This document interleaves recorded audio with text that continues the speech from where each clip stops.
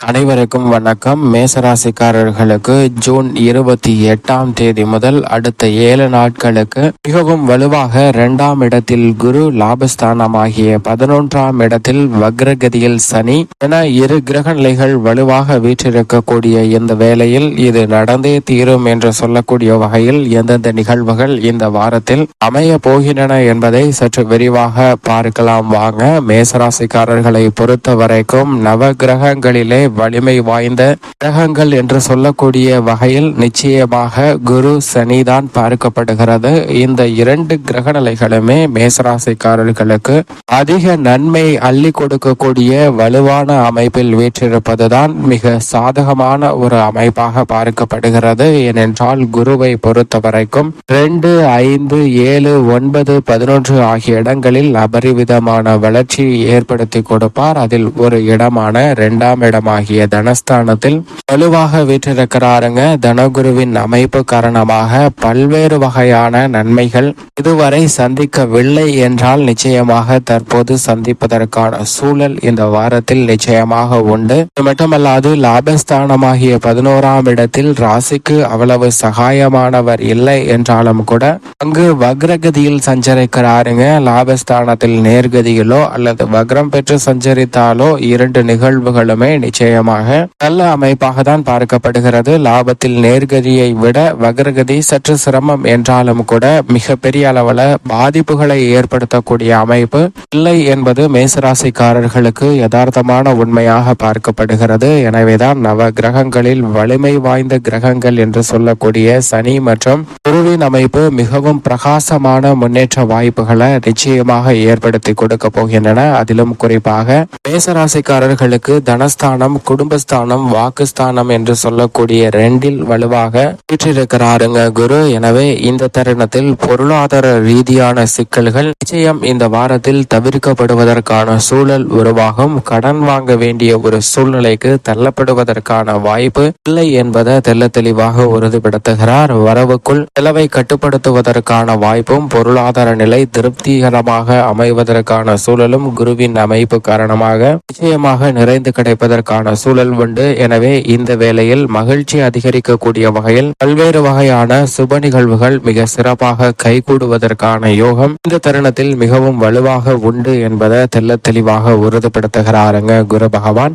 மேலும் மேசராசிக்காரர்களுக்கு நீண்ட நாட்களாக எதிர்பார்த்து காத்து கொண்டிருக்கக்கூடிய நல்ல செய்தி மேற்கு திசையிலிருந்து கிடைப்பதற்கான யோகம் இந்த தருணத்தில் நிச்சயமாக உண்டு என்பதை குரு தெளிவாக உறுதிப்படுத்துகிறார். அதே போன்று சனி பகவானும் வக்ரம் பெற்றிருந்தாலும் தனது சொந்த ராசியான கும்பராசியில் தான் வலுவாக வீற்றிருக்கிறார். அது மேசராசிக்காரர்களுக்கு லாபஸ்தானமாக பார்க்கப்படுகிறது. எனவே லாபத்தில் வக்ரம் பெற்றிருக்கக்கூடிய குருவின் அமைப்பு காரணமாக இந்த தருணத்தில் உத்தியோக ரீதியாக நீங்கள் எடுக்கக்கூடிய காரியங்களை சிறப்பாக செய்து முடிக்கக்கூடிய வாய்ப்பு வலுவாக கிடைக்கிறது. ஆனால் எந்த பணியாக இருந்தாலும் நீங்களே செய்வது சிறப்பு. மற்றவர்களை நம்பி மிக முக்கிய பணிகளையும் பொறுப்புகளையும் ஒப்படைக்க வேண்டாம். அதனால் சில எதிர்பாராத தடைகள் ஏற்படுவதற்கான வாய்ப்பு உள்ளது. குறிப்பாக உத்தியோக ரீதியாக உங்களுடைய பணிகளை குறித்த நேரத்தில் நீங்களே செய்யுங்க.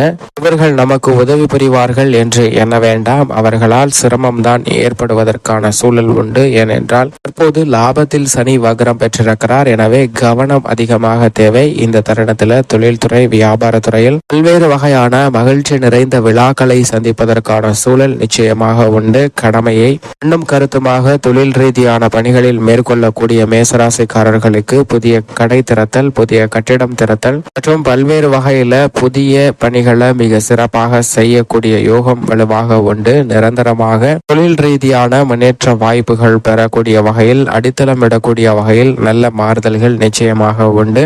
உத்தியோகத்திலும் சிறப்பான முன்னேற்றம், தொழிலிலும் அசுர வளர்ச்சி பெறுவதற்கான சாத்தியக்கூறுகள் மேசராசிக்காரர்களுக்கு குரு மற்றும் சனியின் அமைப்பால் நிச்சயமாக உண்டு. அதே போன்று மோட்சக்காரகரான கேது 6ஆம் இடமாகிய பூனரோக சத்ருஸ்தானம் என்று சொல்லக்கூடிய 6இல் வலுவாக வீற்றிருக்கிறார். அவர் 6இல் இருப்பதால் மறைமுக தொல்லைகள், கடன் சார்ந்த தொல்லைகள் வெகுவளவில் குறையும். உங்களை புரிந்து கொள்ளாமல் மன சங்கடத்திற்கு உள்ளாக்கிய உறவுகள் தற்போது உங்களை புரிந்து கொண்டு இணக்கமாக மாறுவதற்கான யோகம் நிச்சயமாக கேதுவின் அமைப்பு காரணமாக மிகவும் அபரிவிதமாக கிடைக்க இருக்கிறது. இதை சரியாக பயன்படுத்திக் கொள்ளுங்கள். அதே வேளையில் மற்றொரு நிழல் கிரகமாக இருக்கக்கூடிய ராகு விரயம் என்று சொல்லக்கூடிய 12 வீற்றிருக்கிறார். பெரும்பான்மையான கிரகநிலைகள் சாதகமாக வலம் வரும்போது ராகு விரயத்தில் இருந்தாலும் அவை சுப விரயங்களாக குரு சனி உட்பட பல கிரகநிலைகள் மாற்றி விடுகின்றன. எனவே பல அதிரடியான சுப நிகழ்வுகளையும் சுப விரய செலவுகளையும் சந்திப்பதற்கான சூழல் உண்டு.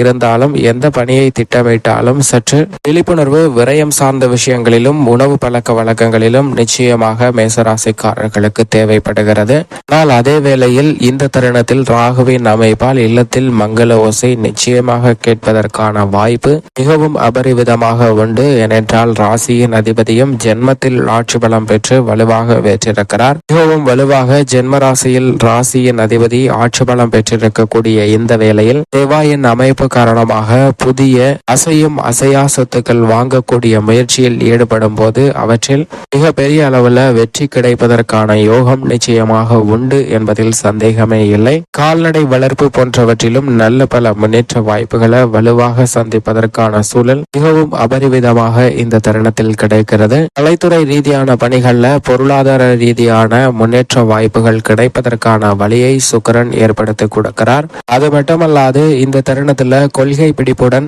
செயல்படுவதற்கான வாய்ப்பு நிச்சயமாக கலைத்துறையில் உள்ளவர்களுக்கு மிகவும் அபரிவிதமாக கிடைக்கிறது. எனவே உங்களுடைய சிறு முயற்சி கூட நல்ல பல வெற்றி வாய்ப்பை உறுதி செய்யக்கூடிய அமைப்பாக பார்க்கப்படுகிறது. அதோடு மட்டுமல்லாது நீங்கள் எதிர்பார்க்கக்கூடிய புதிய வாய்ப்புகள் உங்கள் இல்லம் தேடி வருவதற்கான யோகமும் உண்டு.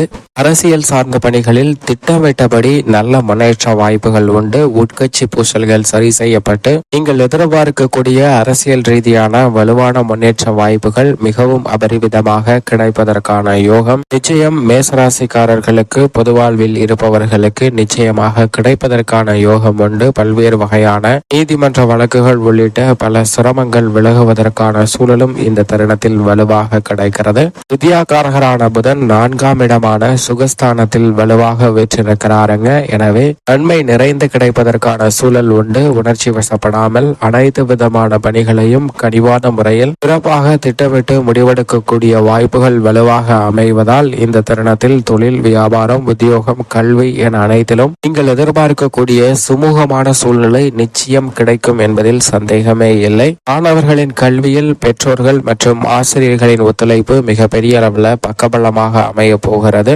முதலும் முடிவுமாக இருக்கக்கூடிய சூரியனும் தைரிய ஸ்தானத்தில் வலுவாக வீற்றிருக்கிறார். எனவே பல சிக்கலான விஷயங்களை கூட தைரியத்துடன் ஈடுபட்டு வெற்றி நிறைந்தவையாக மாற்றுவதற்கான யோகம் உண்டு. பெரும்பாலும் இந்த வாரத்தில் சந்திரன் சாதகமாக வலம் வருகிறார். எனவே நீங்கள் நினைத்த பல காரியங்களை தடையில்லாமல் செய்து முடிப்பதற்கான நல்ல பல வாய்ப்பு இந்த தருணத்தில் உண்டு. மேலும் இந்த தருணத்தை மேசராசிக்காரர்கள் மிக சிறந்த மகிழ்ச்சிகரமான தருணமாக மாற்றிக்கொள்வதற்கு நிச்சயமாக சனி வக்ரம் பெற்றிருக்கக்கூடிய இந்த வேளையில் வாரத்தில் சனிக்கிழமை விரதமிருந்து அருகாமையில் உள்ள ஆஞ்சநேயர் ஆலயம் சென்று தீபமேற்றி வழிபாடு செய்யுங்கள். தங்களுடைய வாழ்வில் சந்திக்கக்கூடிய தடைகள் விலகி முன்னேற்றமும் சுபிச்சமும் நிறைந்து கிடைப்பதற்கான யோகம் நிச்சயமாக உண்டு.